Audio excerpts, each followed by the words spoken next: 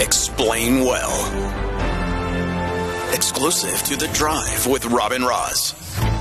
Yeah, there was a decision this morning in the Constitutional Court, right? A while ago, the DA applied to the court saying, according to access to open information and so on, we, the people, should be allowed to see the records of the committee that essentially decides catered deployment and who goes into which positions. And the ANC said, we don't want to give up these records. And then they went to court and they had a fight and got all the way up to the Supreme Court.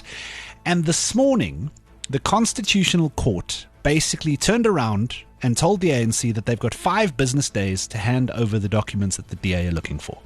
I don't necessarily think that this is a bad thing.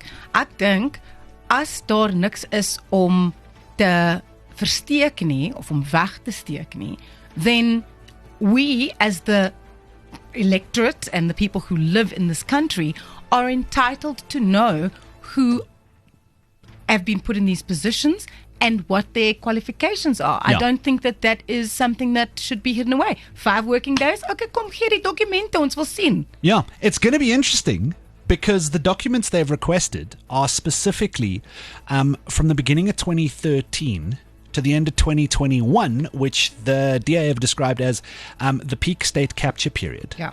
Also, coincidentally, happens to be that President Cyril Ramaphosa, who was deputy president at the time, was the chairman of that committee for that period.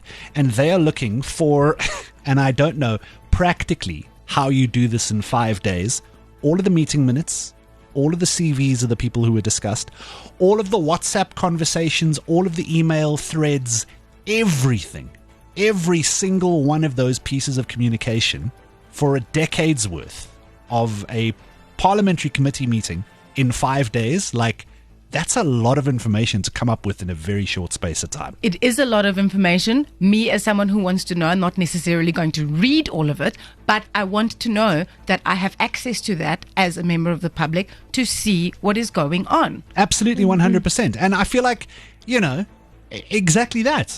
Anything to do with parliaments, anything to do with a decision being made for us that impacts us as South Africans. Like, I don't care if it's a WhatsApp thread. I want to be able to read it. Correct. I want to know what the parliamentarians are saying to each other and how you're coming up with decisions that are going to affect all of us. Especially with something like cadre employment, because this is when someone is appointed in a position solely based on his commitment to the ANC and not because of what they can do. So Yeah. a lot of analysts are very excited because they're saying, this is the reason why Eskom is in such a state. We don't have water, the post offices, all of those things. So these are things that we always associate with state capture.